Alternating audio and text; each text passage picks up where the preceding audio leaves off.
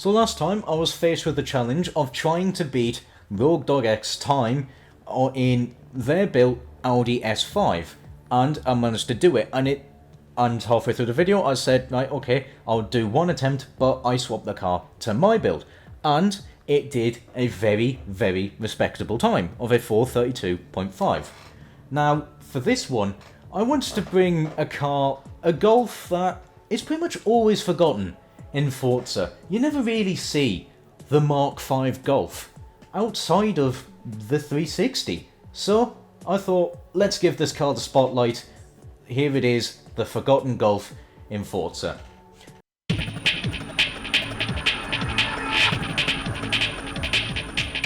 Welcome back to another installment of King of the Mountain. Let's go straight into building this thing. I've no idea how well this will do. I can't stop the engine. Okay. Of course, you know, front wheel drive cars, they're not really that competitive anymore, so I'm going to make it four wheel drive. I'm going to put on race rear wing. What silly body kits can we have? Alright, okay, that's pretty sensible. That's not the worst thing in the world. I will admit that is somehow not that hideous. Yeah, you know what, balls to it. We don't get customization anymore, so may as well. Actually, I do prefer that, actually. That's nice. You know what, yeah, that's going on. I actually do quite like that. I know this is adding weight, not really helping much, but oh well. Yeah, I actually quite like the body panelled coloured things. Right, okay, yes, I probably should have checked if this can actually get to the top of S-Class. I fear that it might not. Ooh, this might be at a push, because I was surprised I can't stop the engine. I would have thought I've been able to put in, like, the Golf Farm engine, or something like that. Right, okay, I don't think we need to panic. No, we're fine. Yep, this gets to S-Class just fine. There we go, lovely stuff. I'm going to put that in, actually, and remove you. Yep, that's fine. Right, okay, drive line. We've got a little bit of PI to play with. What tyres have we got at the front? 235s. Oh dear. 235s all around. That's not filling me with much confidence. What's the gearbox like? I'm hoping it's good. I could... What's that? That's 1 PI. Well, £2 for 1 PI. Okay, that's actually better. For once, the flywheel is the better upgrade. Okay, I'll put in a sport one, and then let's take off some wheels. Wait, you know what I mean. Crap, I can't quite go for them just yet. Let's go you onto there, get rid of that. And then, let's try the Watanabes again.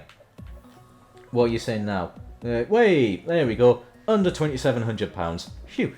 Right, mild panic over. Oh, not being able to get this car up to the top of S-Class. Right, okay, there we go. Well, nice and simple, that one. Pretty much almost maxed the entire Mark 5 Golf out. Okay, so, what are we dealing with here? 484 horsepower. Not awful.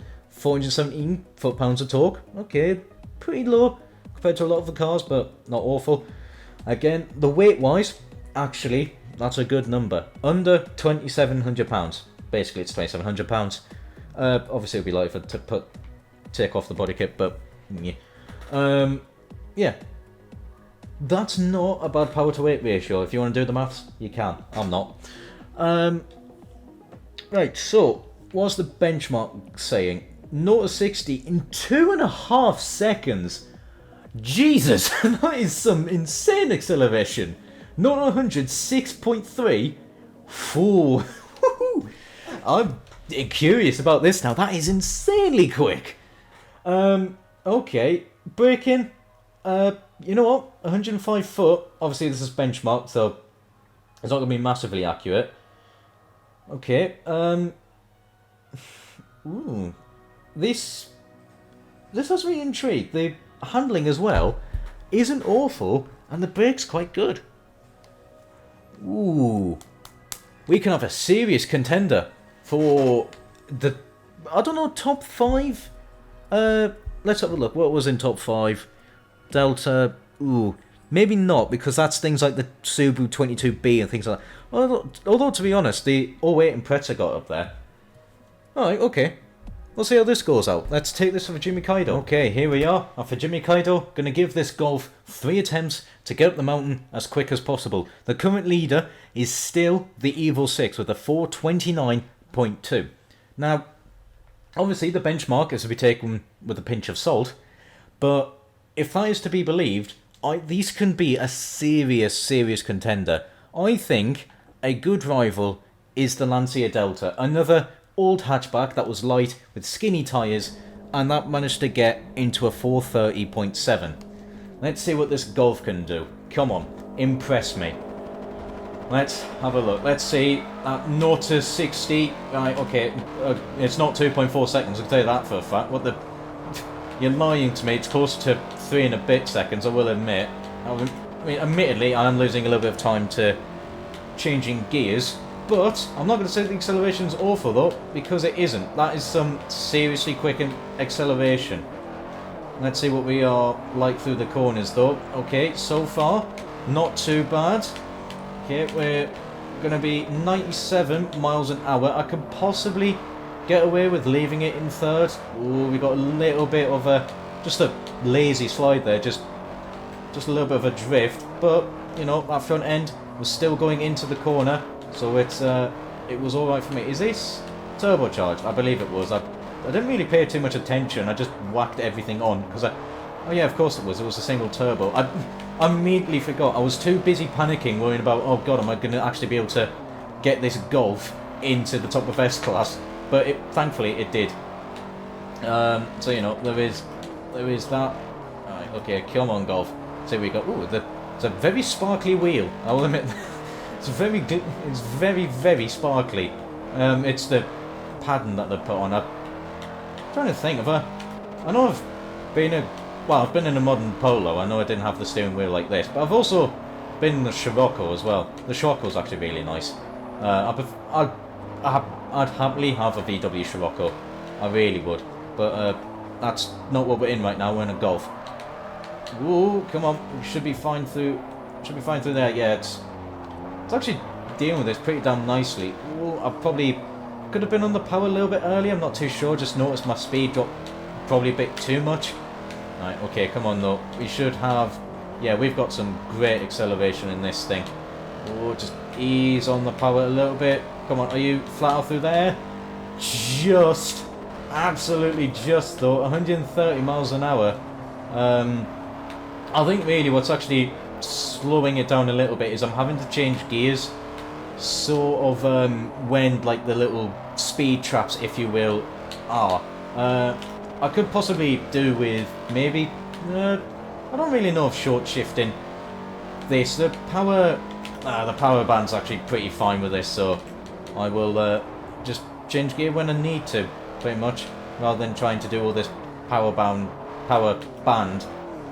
malarkey, because it's actually pretty good on this. Little turbo noises there. Right, okay, what you gonna be like through here? Obviously, as to be expected, it's a little bit understeery, but all four-wheel drive cars are that have been up this mountain in the series, so you know, what else is new? Through the waterfall car park there. I think I am definitely though need to be a little bit more cautious with it. You know, we've only got 235s, and okay, it's not heavy in terms of like compared to some of the four-wheel drive cars we've had up here, but like things like the Lancia Delta, that was a lot lighter if I remember correctly. So you know, it's not lugging a huge amount of weight. It's still lugging more than some of the top 5, I will admit that. So you know, we'll have to wait and see how this car does. Okay, nicely on the brakes. The brakes are actually pretty damn good in this. Hopefully we don't get some turbo lag, which we don't. Right, okay, up the reservoir straight. What are we going to be doing up here? We should, hopefully, I've got a really itchy nose, set something quite good. 130 miles an hour there before I bounced off the limiter and had to change gear. A little bit of understeer through there, but we're fine. Yeah, this Golf is impressive. This is doing a remarkable job. Come on, Forza, add the Mark 5. This is so underrated. Or even the Mark 5 R32. There was an R32 Golf of this. So, you know, how it give us it. Come on now. We are through the final corner. What is the time saying? Use the acceleration. Okay. 433.433. All the threes and a 4. That, whoops, I've put it wrong. That is a damn good first attempt. Really damn good first attempt. Currently it's a little bit behind the Audi S5, which was in 9th place. What else were we looking at? We're at, ooh, okay, we've beat the Peugeot 205. We have just, I will admit, but we have beaten the 205 on its first run. Okay, that's a good start. There is definitely some time to be saved then. This can get into the 432s. That's, again, damn impressive. Right, okay. Come on, Golf. We've got this. Whoa, come on. We're actually fine through the first couple of corners. Yeah, it's... Honestly, the understeer, it's not that bad. Ooh, that was inches away from the wall there. I'm glad I didn't hit that. Right, okay, come on. Actually, I am gonna... I don't really think it's worth it. I might just... I've got the same speed, it's just... I think I have to shift up kind of at the wrong times. So it kind of makes the car look like it's not as fast as it really is. You know, that's a genuine thing. Okay, we've got to be nice through here though. Do I leave it in third? Yeah, actually. Second gear's pretty damn short in this, so I will leave it in third. You know, we've still got plenty of torque and power band to go. I mean, yeah, the torque figure on this, alright, okay, it's nowhere near the Touareg, but it's not awful. It is really actually putting its power down and its torque down damn well, and it's accelerating out these corners pretty damn fine. Okay, we just get through there in relatively one piece. I'm just going to let it bounce off the red line there. Okay, gotta shift it down in a second, get a little bit of understeer, and then we'll ease back onto the power, and then again through the 4 hairpins, a little bit more of a straight. Good acceleration actually, 67 miles an hour. Ooh, a little bit more speed through there, a little bit of a sideways moment. Oh well, it's fine. It's a Golf. It was a... Well, admittedly, it's not the Polo rally car, but, you know, it's good enough. Considering the Polos now is the size of a Golf. Right, okay. We through here. Ooh, I've turned in too late. Definitely turned in too late. Okay, that is a definite concern. I've got to be absolutely pinpoint perfect with the turning in, because it will understeer through the river chicane. That is a bit of a concern. That is good to know for the final run, however.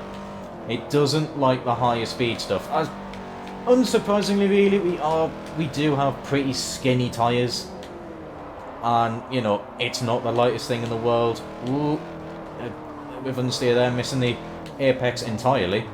Okay, put you down a second, try and get you out of this corner fine. There we go. Lovely stuff. And then easy through here. Yeah, this was actually dealing with that little left-hander very good as well. I say it all the time. Oh, wow. That was a complete cock-up of that corner there. Don't say that all the time. I say that fairly commonly, though. Many cars, the left-hander I was trying to talk about, I haven't got a name for it, but so many cars get caught out by it, just really having big difficulties tackling it. The Golf, not a problem, that's nice. Okay, it's, you know, leave it in third, yeah sure, you know, may not be the greatest through there, but we are getting through relatively fine. A little bit of understeer, ooh, accelerating, got away with me there a little bit, just got a little bit carried away. Got to be 100% paying attention for one set fastest times possible, and leave it in third though for this hairpin. Come on, whoa, dragging it very wide there. The little crests almost putting me into the railing there. That would have been a fun thing if the railing, you know, was not there. 129 miles an hour. That was a little bit of a mistake there. Didn't need to change into fifth. That is fourth gear. Sorry, through that up for that section, down the up the reservoir straight. I don't think this run's going to be as good. I don't think it's going to be terribly far off. Can we get through there nicely? We can actually. That was pretty good, if I do say so myself. A few more corners to go. Yeah, there's a few more mistakes in here. Oh, slight tag on the wall, but didn't dirty the lap. What we doing? Ooh, that was slower. Yep, that was slower. 433.7. Yeah, the acceleration carried me away. I got caught out every now and then. Got to, you know, slap yourself in the face. Got to wake up. One more run for the Mark 5. I was about to say 4 there.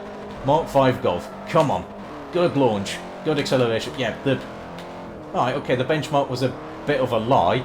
However, it is still mighty good acceleration. That was a huge... I'm pretty sure that was full-on airtime through that section there. I'm going to leave you in 4th, actually. Try and limit the amount of loss from changing gears. That might help a little bit. Let's see. Yes, 98 miles an hour that time out. Alright, okay, it's 1 mile an hour difference, but like Tesco say, every little helps. Please don't say me. Right, come on now.